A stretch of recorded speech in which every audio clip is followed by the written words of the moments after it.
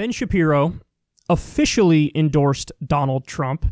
I want to play a clip of some of his reasons for you, and then I'm going to come back and break it down. We're going to go through some of his reasons, and I'll weigh in with my 2 cents. A lot of you might be thinking, well, why does this even matter? Of course he's going to vote for Donald Trump. Duh, that's obvious. Well, he, in 2016, did not vote for Trump. He didn't vote for Trump. So, I think we all casually assumed, yes, he voted for Trump in 2016, and yes, he'd vote for Trump in 2020. But no, he didn't vote for Trump in 2016. So for him to announce it now is oh, okay, so you're not going to do what you did in 2016, effectively. So, in other words, my point is, it is news a little bit more than people are giving it credit for. We know that Ben Shapiro's super right-wing, that's obvious. But if he didn't vote for him in 2016, then yes, it is a little bit of an update here, and he's changed his approach in 2020. So without further ado, here are his reasons, and then we'll discuss. I did not vote for Donald Trump in 2016. I am voting for Donald Trump in 2020. There are 3 reasons I'm going to vote for Donald Trump in 2020 when I didn't 4 years ago. First, I was simply wrong about Donald Trump on policy. Second, I wasn't really wrong about Donald Trump on character, but whatever damage he was going to do has already been done, and it's not going to help if I don't vote for him this time. And third, most importantly, the Democrats have lost their minds. So, first of all, Donald Trump has governed pretty conservatively. I thought he would not be conservative in his governance. I was just wrong on that. Donald Trump radically cut regulation. You actually saw reductions in the number of man-hours dedicated to dealing with regulation for the first time in a long time under Donald Trump. He appointed originalist judges to the best of his ability. We're talking dozens of them, textualist, originalist judges who actually care about the role of the judiciary. He cut taxes, jogging the economy, raising it to heights not seen in half a century, the lowest unemployment rate in half a century, people having their wages rise at the bottom of the spectrum. He appointed pro-life people to the executive branch and pursued pro-life policy via executive order. He dumped out of the idiotic Paris Accords, which were useless and counterproductive. He dumped the even more idiotic and evil Iran deal, which gave money to the Iranian mullahs to use for terrorism, as John Kerry freely admitted. Donald Trump crushed ISIS. He killed al-Baghdadi. He killed Qasem Soleimani. Donald Trump is the first president of my lifetime not to start any new wars, which is a kind of big thing. He moved the American embassy in Israel to Jerusalem. He brokered the first meaningful peace deals there in 3 decades in the Middle East. He cracked down on China in unprecedented ways. He's resisted using the federal government to control everybody's life during COVID. That's a big thing. This is the biggest government power grab of my lifetime, and Trump refused to do it. Donald Trump restored due process on college campuses because he actually cares about due process, or at least his Secretary of Education does. Contrary to popular opinion, Donald Trump has not actually threatened the institutions. The fact is that Donald Trump may have been hemmed in by his own people. Whatever the rationale, he has not threatened the press. He has not threatened the legislature. He has not used the executive branch in nearly as powerful ways as Barack Obama did. Trump hasn't been as conservative as I would like on everything. He's spent way too much money, like oodles too much money. I actually care about that stuff. His perspective on trade is a zero-sum game. I think it's wrong-headed. He still signed into law the USMCA, which is a pretty good trade deal. But these are problems I've had with a variety of Republicans, including George W. Bush. Trump has governed overall in a far more conservative fashion than W on policy. He is the most conservative president of my lifetime on policy. Now, that video goes on for 8 to 10 minutes or something like that. But you get the gist of it here. He lays out his 3 big reasons why he's voting for Trump, and then he goes into some specifics. So what's fascinating is this. Virtually all of his reasons for voting for Trump this time around, they're almost all why I'm so against Trump, why I dislike Trump. He's actually right on the main claim being, oh, Donald Trump is the most conservative president of my lifetime. He's either 100% correct, or you could say it's like a tie between Trump, George W. Bush. I don't know how old he is, so I don't know how far to go back here, but he is incredibly conservative. And, I would argue one of the reasons why Trump is so down in the polls, and it looks worse for him in 2020 than it did in the 2016 election, is because of the stuff that Ben Shapiro's listing. Because when he was running in 2016, he didn't position himself as a hardcore conservative Republican. He positioned himself as a populist. He positioned himself as an anti-establishment outsider who was going to make sure your jobs aren't outsourced, who's going to end the wars. So let's dive into this. His first reason is, hey, listen, I was wrong about policy. I didn't think Trump would be that conservative. He's extremely conservative. You're correct. He is extremely conservative. He's definitely extremely conservative, and you were wrong in thinking that he wasn't going to be extremely conservative. His second one is, this is hilarious. He says, well, his character, I didn't want to vote for him because I think he has shitty character effectively. But all the damage has already been done, so what it doesn't make a difference in 2020. Like, the character stuff is already magnified, and I was right about it, but what are you going to do? I'll accept it, basically, is his point. Funny enough, the thing that he doesn't like most about Trump is the thing I like the most about Trump. So Ben Shapiro, he sees the mean tweets and stuff and the lack of a filter that Trump has, and he cringes. And he's like, oh my God, can you at least pretend to be a serious person? Can you put up the veneer of being presidential, please? He's like, act more scripted, effectively. Sound more like Mitt Romney. That's what he wants him to do. I think the exact opposite. The best thing about Trump, in my opinion, is the mean tweets, is the no filter. Like, that's the best part of him, because that's the most entertaining part. And he exposes a lot of these, polite society hypocrites. He kind of rips the mask off of what the United States really is. And he's the culmination of capitalism and celebrity culture. He's like the quintessential American president in a way. But he wants, God, pretend more. Pretend better. Stop being such a ruffian and a savage. Like, that's his critique of Trump. That's the best part of Trump, in my opinion.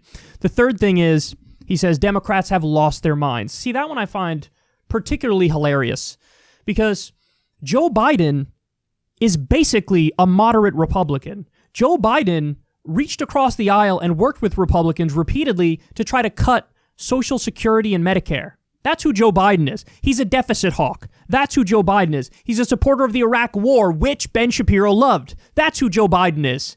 He wrote the crime bill, locking people up, tough on crime and big on law and order. That's who Joe Biden is. So in theory, Ben Shapiro should like him, but he doesn't. You want to know why? Because he's a partisan hack. He's not looking at Joe Biden's policies and saying, oh, actually, he is really moderate, and that means the Democratic Party right now is being led by somebody who's basically a moderate Republican. He's center-right all day long. He doesn't look at it like that. Oh, they're crazy, because what? I'm sure he goes on at some point later on to bring up Bernie Sanders and Alexandria Ocasio-Cortez and Ilhan Omar and the like. But that's the point. Think about what he views as Democrats losing their minds. Now you have people in the party who want everybody to have health care. The horror. They want you to have health care. They want you to have college. They want you to have higher wages. They want to end the wars. Oh my God, the horror, the terror. That's how he views it. The so-called far-left Democrats are just social Democrats, and social democratic policy positions are overwhelmingly popular. Medicare for all, 70%, for example. I could go on here. But, living wage around 80%. There's, on virtually every single social democratic economic position, the overwhelming majority of the American people are with the so-called far left, and even, in some cases, a majority of Republicans are with them. But he views that as, oh my God, Democrats have lost their mind. And no doubt he would point to whatever, something that a pink-haired college kid did, tried to deplatform a speaker. He'd take that, use that as a representative of the entire left and the entire Democratic Party, and, take great joy in his straw manning of the opposition instead of actually hearing them out, actually hearing what they're about and the policies they want implemented. So, the specific reasons he gave for Trump, it's an all-you-can-eat buffet of terrible things as to why he loves Trump. One of the first things he brings up is, oh my God, thank God, Trump cut so many regulations. Isn't that wonderful? Yeah, we actually covered the story about a month ago. Millions of people now are going to have poisoned drinking water because he got rid of the regulations on coal plants. And so a lot of toxins and heavy metals are going to make their way into waterways, and millions of people are now going to have dirty drinking water. There's your regulation cut, Ben. Do you like that? See, the way he thinks about this stuff is honestly childish. Regulations aren't inherently good or inherently bad. They're neither. It depends on the regulation. And so with Trump, basically putting polluters in the EPA to run the EPA, that's a problem. Those regulations are kind of important and good. The other thing is, what other deregulation has he done? Well, for example, he's obliterated the Consumer Financial Protection Bureau. The Consumer Financial Protection Bureau has returned billions of dollars to defrauded Americans.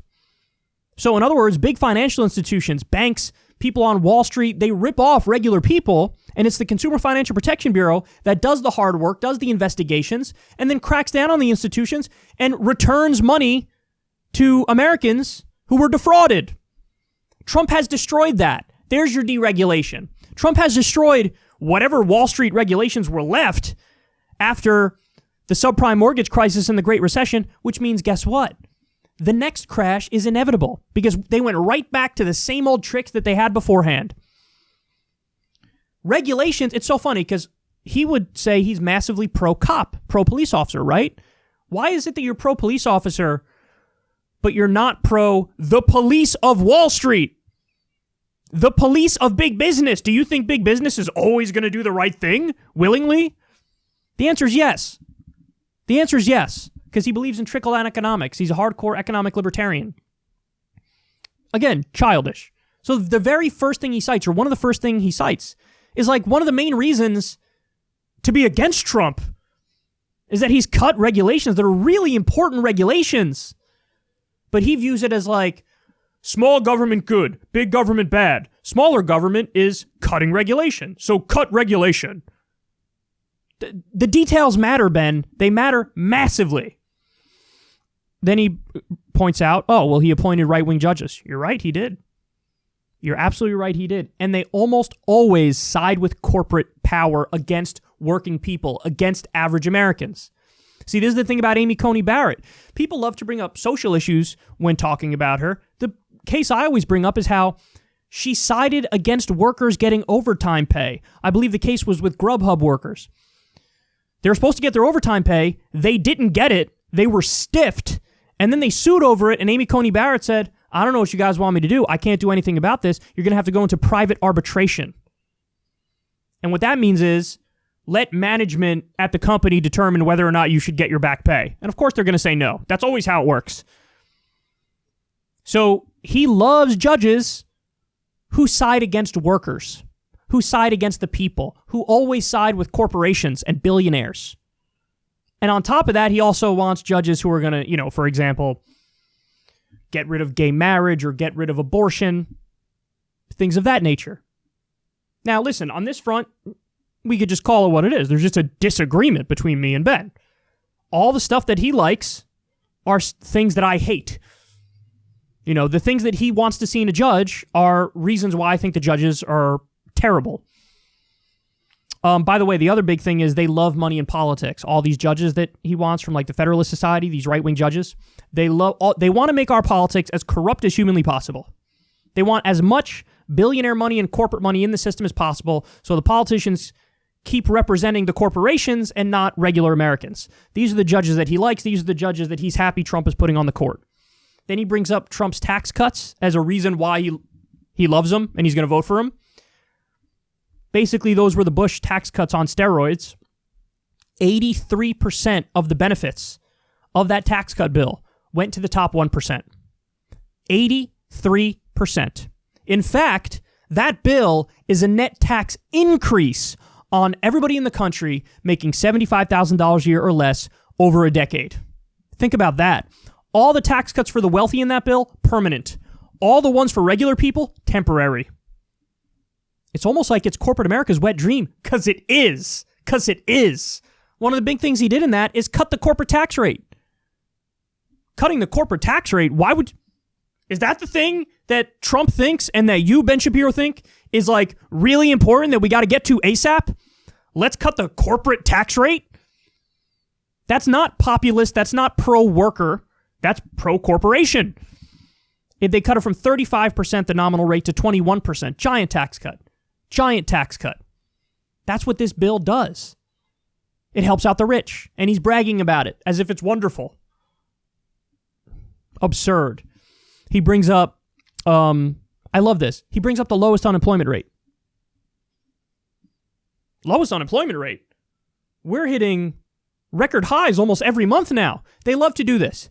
They love to be, the thing about the thing is that before COVID, everything was better. You don't get a mulligan, bitch. What do you think this is?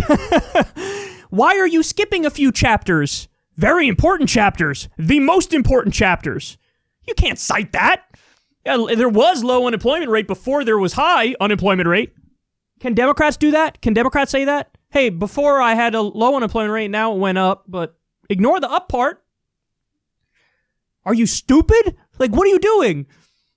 That's incredibly dumb. It's just so dumb. I can't believe he actually said it. I can't believe he said it. That's crazy. By the way, there's also just a lot of outright falsehoods. This idea of like, wages are doing great. Are you kidding me? Even before COVID, 78% of Americans were living paycheck to paycheck. Half of workers in this country make $30,000 a year or less. This was before COVID. Today, 32% of the country thinks it's very likely that they'll get evicted within the next 2 months. Think about that. Funny, you left that out of your reasons to vote for Trump. Strange. Because that's the state of affairs as it exists today. You want to rewind it and bring up the unemployment rate. And by the way, you all know this. I don't need to bring this up, but it's the gig economy. Even when we had the low unemployment rate, a lot of those jobs are objectively terrible. People are underemployed. He actually got into a fight with Tucker Carlson about this a while ago, where Tucker was like, why would you say this is a good economy? People have terrible jobs. He's basically like, yeah, but they have jobs and freedom, free market, something. It's ridiculous. His position's ridiculous. Anyway, then he brings up, oh, thank God, Trump got us out of the Paris Climate Agreement. Imagine viewing that as a reason to vote for him. This, like, very, very mild baby step in the right direction to fight back against climate destruction. Oh, my God. He got us out of that, thank God. What? He brings that up as a reason to vote for him. That's insane. Because funny enough, if you were to create a list of, hey man, here's why you should do the lesser evil, vote for Biden. Like literally number one on that list is Biden is in favor of the Paris Climate Agreement and Trump isn't. And he brings it up as a reason to vote for Trump. He wants us to go further down this path of total annihilation. I support that. He just doesn't believe in climate change. That's what he doesn't believe in it. Because somehow this guy knows better than the world's climate scientists.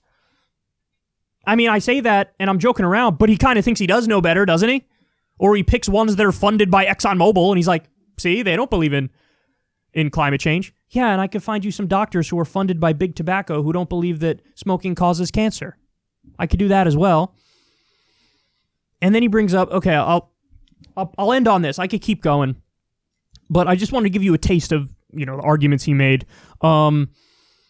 He says one of the reasons he wants to vote for Trump is that Trump pulled out of the Iran deal. Again, if there was ever a reason to consider the lesser evil vote for Biden is that Biden was part of the administration that got us that deal, and that deal was working. That's not me speaking. That's the IAEA, the International Atomic Energy Agency speaking. What they said is, yeah, Iran is following this deal to a T. They're following it perfectly. And then they always lie about it and say like, oh, we gave them millions of dollars. No, we didn't. We gave them back their own money that we had stolen from them. So it's not like we're U.S. taxpayers are giving them money. That's nonsense. That didn't happen at all. And in return for that, we had a guarantee with inspectors on the ground that they're not going to create a nuclear weapon. So now we pull out of the deal, and then Iran's like, well, we'll probably start making weapons. And people like Ben Shapiro are like, how dare you? How dare you? You wanted to pull out of the deal that made sure they didn't get weapons. Are you dense? What's wrong with you? These guys are amazing. One of the best things that Obama and Biden did was the Iran deal. To the extent that, and listen, here's the main point, guys. To the extent that you're in favor of peace, you should support that deal. Because right now we pulled out of the deal. Now they want weapons, and now we're escalating with them. We're sanctioning medicine going into their country and food. People can't get the medicine they need in Iran because of our sanctions on them. Are we okay with that? That's a war crime. The International Criminal Court said you can't stop civilians from getting medicine, and we said, watch us. Funny, Ben Shapiro didn't do any segments talking about that. Ben Shapiro didn't do any segments talking about, oh my God, let's not hurt the civilians in Iran. What are we doing? I mean, this is crazy, guys. This is crazy. Citing pulling out of the Iran deal as a positive thing. By the way, try to make sense of this. The deal Trump wanted with North Korea was like the Iran deal. What? So he's in favor of a deal to denuclearize in North Korea, but he pulled out of the deal to denuclearize in Iran. Now, see me, I'm not a partisan hack, and so I'll tell you the truth. The North Korea thing is one of the best things Trump did. Even reaching out to them, meeting Kim Jong-un. I don't care that he said the goofy things in the rally about, oh, we fell in love, whatever. I don't care. I don't care. Because I don't want to go to war. And they want to do regime change in North Korea, the deep state does. I'm against that. The best thing Trump did was not go down that path. See, I'm giving credit on that front and saying he was wrong on Iran because he's doing the opposite on Iran. It's incoherent. It makes no sense. He's contradicting himself, and it's ridiculous. But Ben cites the escalation with Iran as like, hey, this is why you should vote for him. Then he goes to, oh, he crushed ISIS, and he killed Soleimani, and he started no new wars. I love that. As if we're not still bombing 8 different countries. As if we're not still in Iraq. We're not still in Afghanistan. We didn't increase drone strikes by 432%, which Trump did. Not in any new wars. What, the eight ones we're currently in are not enough? He's continuing them. He's a hawk. He's continuing them. But he's trying to make the argument, and this gets to the main thing about Ben Shapiro. This whole thing he did really makes no sense, because you can't say at the same time, wasn't it great when he crushed ISIS? That's hawkish. Wasn't it great when he killed Soleimani? That's hawkish. And he didn't start any new wars. Isn't that great? Wait a second. So you're bragging about you support him because he's hawkish and not hawkish at the same time. Do you not realize you have to pick one of those? Either it's good to go fight ISIS, go kill Iranian military commanders. Yoo-hoo, this is great. Either those things are good or no new wars is good. You can't have it both ways. You can't say no new wars but also bomb a lot of stuff and isn't that great? What? That makes no sense, Ben. See, this is the point. He's gotten to the point now where it's just like, I'm just going to state things Trump did and put a positive spin on it and act like it's all good, even when it's contradictory. But to the main point, he's no dove. I wish he was. Then I'd give him credit. He's no dove. We're still in all the wars that we were in previously. He didn't pull us out of these wars, even though sometimes he pretends like he's going to. And the killing Soleimani thing is a war crime. You can't casually decide on a random Tuesday, how about we assassinate an Iranian commander on the ground and almost spark World War III? You guys down for that? Is that a good idea? I think that's a good idea. And by the way, there were retaliatory strikes after that. Because of course there were, because you can't just take out an top Iranian commander with no consequences. By the way, the little known fact that they don't want you to know about that guy is he was one of the top anti-ISIS forces on the ground. So we effectively were acting as the Air Force for ISIS. In a geopolitical struggle, who do I want to win that fight? Soleimani or ISIS? Soleimani. Why? Because he's not trying to spread jihad.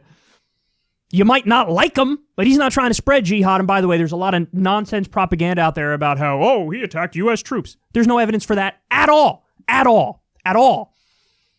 So what these guys do is cheerlead our wanton violations of international law and U.S. law. Because that's an act of war and it wasn't declared by Congress. Congress would have to approve a strike on Iranian commanders, on Iran. They didn't do that, but Trump bombed anyway. And he's cheering this. The same guy who says he loves the Constitution and believes in the Constitution. Constitution says Congress has to declare war. Trump did an act of war and didn't get an approval through Congress. What happened to your love of the Constitution? That's right. It's only when it matches your hack partisan ideology that you really support it. It's ridiculous. This is all ridiculous. And by the way, one of the things he doesn't like about Trump is one of the better things about Trump. He says, oh, he spent way too much money. I assume he's really referring to like, oh, the stimulus checks that went out at the beginning of COVID. That costs a lot of money. So in other words, the one good thing the government did in COVID, the $1,200 checks, that's the thing that he objects to. The thing that helped millions of people at a time where they desperately needed help. That's the thing. God, it's spending too much money. Okay, so why don't we cut the military spending? You want to cut that? No, you don't want to cut that. But stimulus stuff for Americans, that's the problem.